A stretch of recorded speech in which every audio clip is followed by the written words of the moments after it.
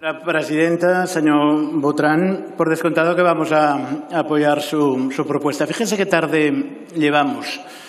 Hemos hablado de secretos oficiales en los que se amparan para impedir investigaciones sobre casos de corrupción, sobre terrorismo de Estado. Hemos hablado de bebés robados, hemos hablado de violencia machista y todo ello nos evidencia que en España no se ha llevado a cabo una transición como nos lo pintaron después del 78 y que mande la derecha o mande la izquierda siguen habiendo grandes contingentes de lo que se llama el Deep State, del Estado profundo, tanto en poder judicial como militar, como policial, como fiscalía, como abogacía del Estado, en el que, decía, con independencia de que mande una bancada o la otra, siguen manteniendo la misma concepción. Pero fíjese que cuando hablamos de temas como la violencia machista o como los bebés robados, podemos encontrar cierta complicidad en la izquierda. Pero cuando hablamos del conflicto territorial, no.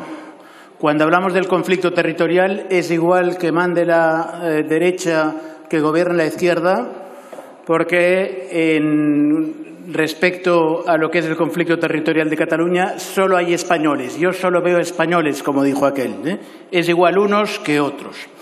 Y por eso les quiero hacer esa reflexión. Comparto, obviamente, todo lo que ustedes han previsto, pero no podemos contar con la izquierda. La izquierda española es más española que izquierda. Y la izquierda catalana, me temo, que peca de ser más izquierda que catalana. Tengan ustedes presente que la represión contra los catalanes, como lo fue también contra los vascos, es indiscriminada.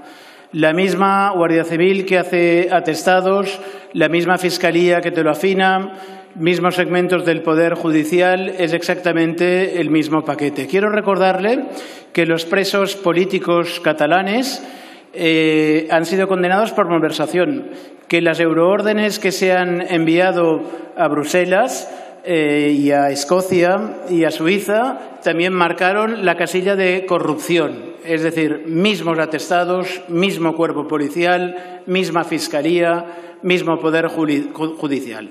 Y aventuro que en el futuro van a venir otros muchos casos de represión contra la disidencia, y digo bien disidencia, contra los catalanes vestidos de corrupción. Cualquier concejal, cualquier alcalde, cualquier cargo público de cualquier partido independentista está sometido al riesgo de que con un informe de la Guardia Civil, un fiscal que te lo afina y un juez que le sigue acríticamente acabe convirtiéndose en una causa de corrupción. Todo esto que digo es un discurso mayoritariamente aceptado, entendido en Cataluña. Usted ya ha visto que aquí, cuando hablamos de este tema con fuerzas no catalanas, no entienden nada, incluso la visión de los hechos que les han pasado por medios de comunicación españoles no se ajusta a la realidad y, por tanto, es como si viviéramos en dos galaxias diferentes donde no hay puntos de conexión y lo que se explica, lo que se razona no tiene nada que ver. Pero en la opinión pública catalana, como decía, es un discurso mayoritario. Por eso les interpelo a ustedes para que lo tengan presente, que la disidencia es lo mismo, se vista de causa estrictamente política o se intente vestir de corrupción. Creo que la opinión pública catalana no entenderá si ustedes tienen un doble discurso y si ustedes dentro de Cataluña son más catalanes que izquierda y fuera de Cataluña son más izquierda que catalanes. Gracias, señor Alonso Cuevillas.